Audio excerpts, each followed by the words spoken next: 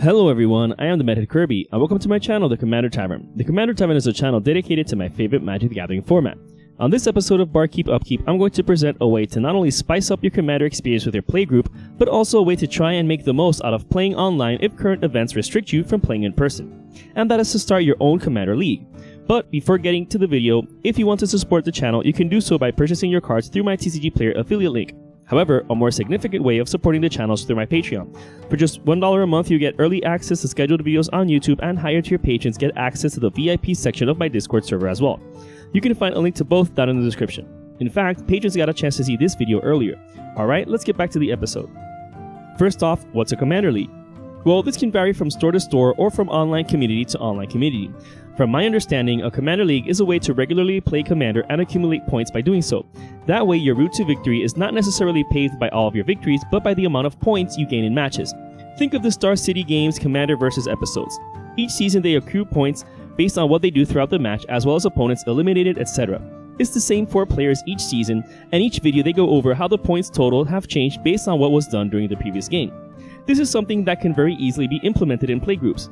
In fact, it might be also a way to shake things up and have players think outside of the box and focus on other things in a match besides winning.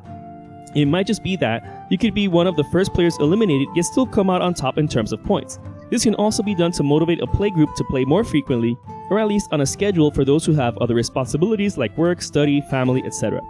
Or as an alternative to FNM if you can't play in LGSs. This idea was also inspired by a video on Tulare Community College about a point system for Commander games based on an LGS the professor went to.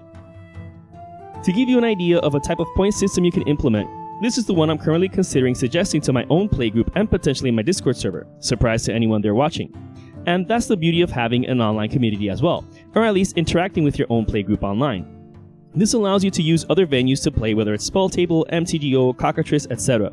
So let me first show you my current ideas, and then maybe you can use them to build your own or adapt them to your own circumstances.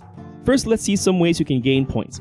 Naturally, you gain a point for each opponent you eliminate regardless of how. You can also opt to have players start the game with a point already just for participating in a match if you want, so that players can at least have a point for playing in case they lose without really doing much due to mana screw, color screw, etc. It can also incentivize players for not missing out and actually participating in the league. As for bonus points awarded in a match, they each have a name so that you can also include that as maybe an adjective or a title as you're gaining points. That makes it more fun as well. Alright, so let's look at some examples of them. Bloodthirsty, being the first to deal damage to an opponent. This one is essentially first blood, but I wanted to try and make each bonus be a noun or adjective. It's pretty straightforward. Be the first to deal damage, gain a point. Comeback, eliminating an opponent while having 5 or less life. This one is also a common occurrence in games, especially those that are down to the wire. However, notice that it's not necessarily about winning the match. Maybe you were alive long enough to eliminate a player but not win. You'd still get the comeback bonus. Bewitcher, attaching 2 or more auras to an opponent. This one is a bit narrow, but it just goes to show that you can pretty much make bonuses that can also entice players during their deck building. Not that you're forcing them to play bad cards, but more like showing all the different ways you can gain points in the league. Reckless, causing yourself to lose 20 or more life in a single turn. This is a bonus that no doubt many black and or red decks can get behind. For those decks that risk it for the biscuit, they can still gain a bonus for going all in. However, the bonus isn't that easy to achieve since they have to lose all that life in a single turn. Enchanted, controlling a creature enchanted with 4 or more auras. Also a bit narrow, but not as much as the Bewitcher bonus. This one prizes playstyles such as Voltron players and or Enchantments Matters players. The bonus isn't necessarily skewed since you do have to get at least 4 auras on a single creature. Exemplary, eliminating a player via commander damage. This is another bonus centered around playstyles. However, not all commander damage victories are by Voltron players. Sometimes you're just able to eliminate a player that way. So this bonus also incentivizes more players swinging in with their commanders. Figurehead, ending the game without your commander leaving the command zone. This one is almost the opposite of the previous one. With so many decks dependent on their commander, this one prizes those who can win a match without ever casting their commander. Of course, certain commanders with eminence can abuse this bonus, but those are so few compared to the rest of the legendary creatures available to build around. Again, these are just ideas though. You can make your bonuses however you want, and testing them out will tell you if you need to reduce the value of the bonuses or if they're worth including or not.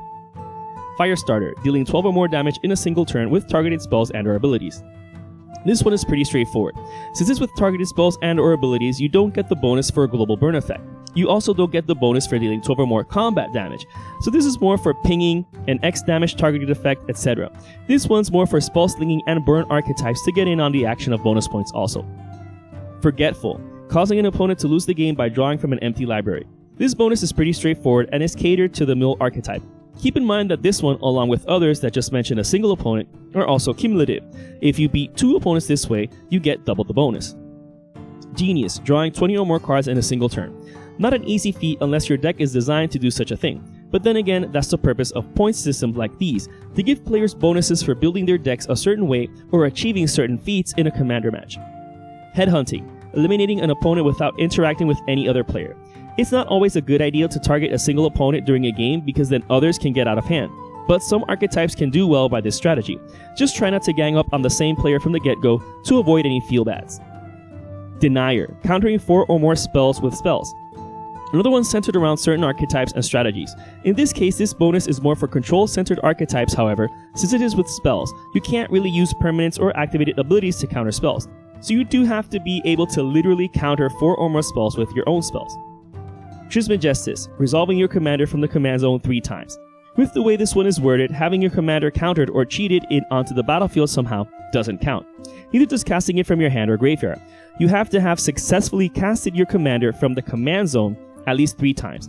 Also, with the way it's worded, it is possible to get this bonus twice in the same game if you have partner commanders. Now, these aren't the only ones I've considered for a commander league. So far, I have more or less 50 ways to gain or lose points during a commander game. I will put a list in the description below for anyone wanting to see the rest of them. Again, pretty straightforward. But if you have any questions, feel free to post them in the comments.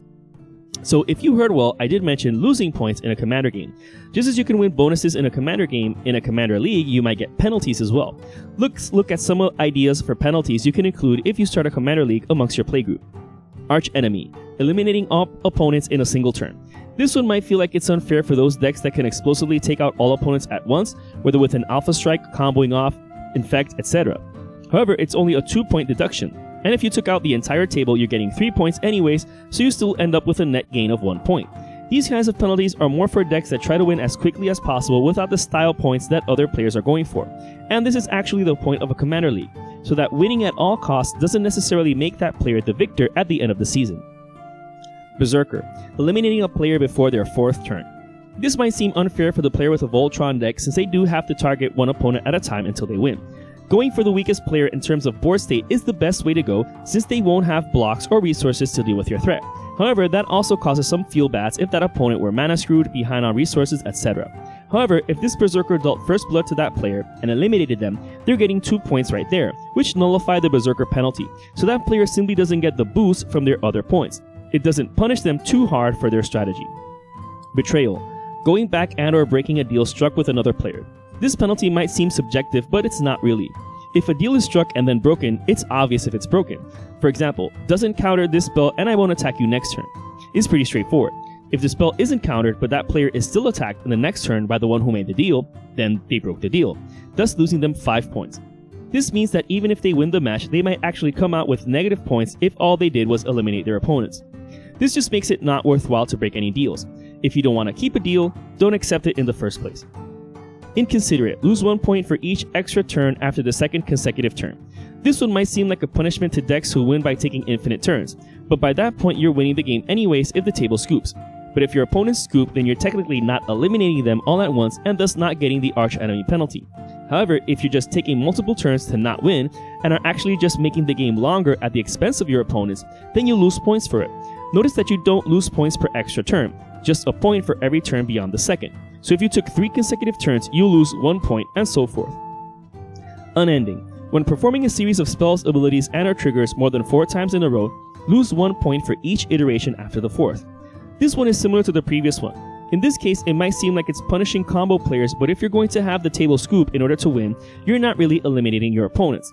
Again, some of these bonuses and penalties are meta dependent. Since these are merely suggestions for your playgroup, you can first discuss them as a group to see which bonuses and penalties you want to include in your own league. You can also have more or less of some of your own besides my suggestions in the description. One final thing I want to suggest for anyone wanting to start a Commander League with their playgroup is deck building challenges. For example, you might challenge yourself to build a deck using only standard legal cards, only historic legal cards, pioneer legal cards, modern legal cards, etc. for a particular match or series of matches. You can also challenge yourselves to build decks consisting only of pauper legal cards, including the commander, meaning you can only include commons in your deck with a legendary common creature as your commander. On the opposite end of the spectrum, maybe decks that only have rares and no other rarity, not even basic lands. You can also challenge deck building decks with only basic lands and no non-basic lands. Maybe decks have to be built around a theme as well. You can also have players build decks where each non-basic land has to be a different expansion symbol, or maybe building decks from a certain plane or block. You can also give a bonus to these deck building restrictions for those brave enough to build such a deck when no one else is restricting themselves, or if it's not a challenge. Maybe you can also include bonuses and penalties for drafting and playing a commander cube. The options are limitless. This way you'll not only have prizes for players for how well they play or how hardcore they're gunning for those bonuses, but actually brewing a deck will get some recognition as well. One final suggestion is that you can also randomize these bonuses and penalties before playing a match, but after decks are already chosen and commanders are revealed. You can shuffle them up and choose 10 at random. That way, if you don't want players building their decks solely to maximize bonuses or minimizing penalties, you can just assign the bonuses as prizes for doing things in-game, depending on what you do with your deck as you play, from randomness. In any case, as I mentioned earlier, your imagination is the limit. Also, if you're playing online, these challenges are actually relatively cheap and easy to do, since cards are cheap on MTGO or free on Cockatrice if that's your only way of playing online due to the current situation. Hopefully this can get your playgroup more motivated and less bummed out about not being able to sling cardboard in person. This might provide that extra boost or push into players organizing themselves and actually playing Commander as such, maybe even more than what you played in person. At least online you don't have to worry about traveling or getting stuck in traffic or other transport delays. To all you viewers, have you played in Commander Leagues before? Do you like the idea of bringing this kind of element into your playgroup to more or less balance out winning and losing while also incentivizing players to focus more on other things rather than winning? I'm interested in reading your opinions down in the comments. I would like to thank all my patrons for supporting me, and a quick shout out to all my higher tier patrons, the Brewers, for their patronage. I'd also like to thank anyone using my TCG Player affiliate link, that also helps out the channel. And to everyone, thanks for watching this episode of Barkeep Upkeep on the Commander Tavern. I am Demented Kirby, and thanks for listening.